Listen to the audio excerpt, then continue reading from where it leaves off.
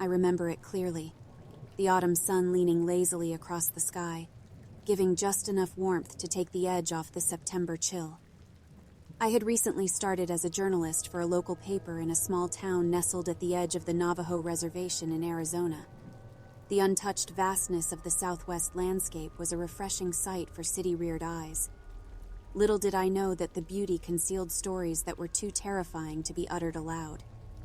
For weeks, I heard murmurs from the locals about the phenomenon of the Navajo Skinwalkers, individuals who had supposedly relinquished their humanity to assume the characteristics of animals.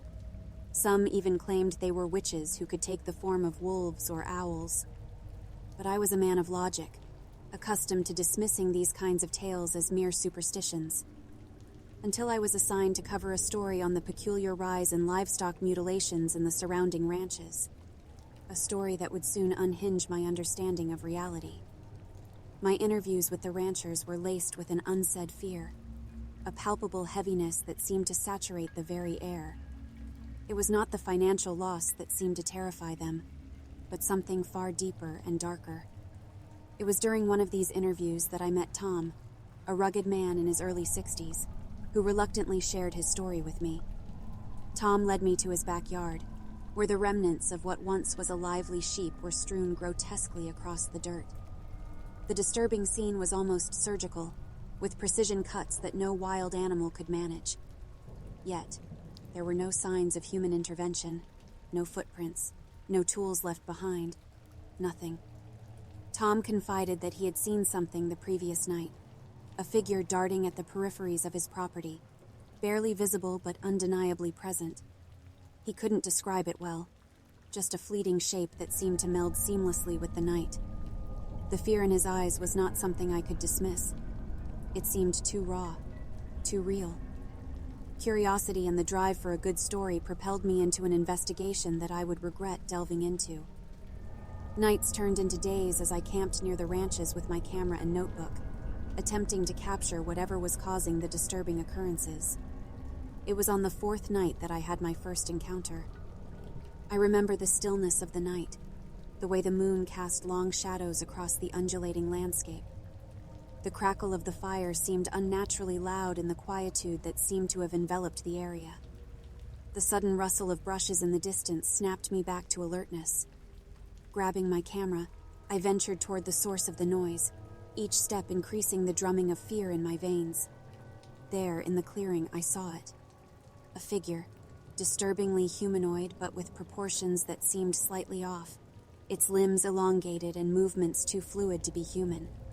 My rational mind scrambled to make sense of what I was seeing, urging me to run yet keeping me rooted to the spot, frozen in sheer terror.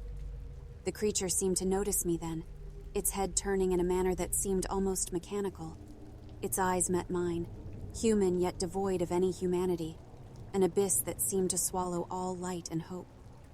I could feel my sanity fraying at the edges as I struggled to maintain my grip on reality. With a suddenness that left me gasping, it darted towards the woods, disappearing into the night as if it had never been there. Trembling, I returned to my makeshift camp, my mind a whirlwind of confusion and fear. The sound of the night seemed to echo ominously around me, as if warning me of the dark path I had ventured onto. Days turned into a blur as I found myself consumed by the story, interviewing locals who were reluctant to speak, their stories tainted with the same fear I had witnessed in Tom. The deeper I ventured, the more I felt myself losing grip on reality, unable to discern the real from the imagined. Sleep became a distant memory as I lay awake each night, the sounds of the night turning into sinister whispers in my mind. I found myself drawing away from people, my demeanor changing as paranoia seeped into my every pore. I could feel something watching me, a presence that seemed to linger at the edges of my perception, just out of sight yet undeniably there. Then, one day, Tom was found dead in his home. The circumstances of his death were bizarre, his body displaying the same precision cuts that his livestock had suffered. The community was engulfed in fear, whispers of the Skinwalkers growing louder, yet no one willing to say the word aloud. The investigation yielded no results, the authorities as baffled as the rest of us. As I stood at the edge of the crowd that had gathered at Tom's property, I felt a shiver run down my spine, a sensation of being watched that had become all too familiar. I turned, scanning the crowd, my eyes meeting those of a figure standing at a distance, its proportions slightly off, a familiarity that sent waves of dread through me. I left town the next day, unable to bear the burden of the knowledge I had unearthed.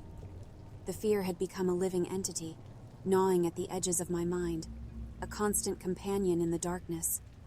Now, as I sit miles away from that small town, I cannot shake off the feeling of being watched, of being hunted. The rational part of me screams that it's all in my head, a product of too much stress and too little sleep. But deep down, I know the truth. The stories were not mere superstitions, but warnings, ones that I had foolishly ignored.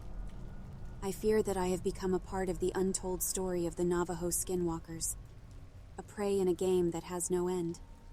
I know not what fate awaits me, but the fear that grips me is more real than anything I have ever experienced. As I lay in bed each night, the sounds of the night seem to grow louder, more menacing. I cannot escape the feeling that something is out there, watching, waiting, a predator in the darkness. And I cannot shake off the chilling realization that I am not alone, that the stories were not just stories, but a terrifying reality that could engulf anyone who dares to delve too deep. I tell you this as a warning to others, to stay away from the dark corners of the world, where reality seems to fray, giving way to something far more terrifying, something that lurks in the shadows, always watching, always waiting.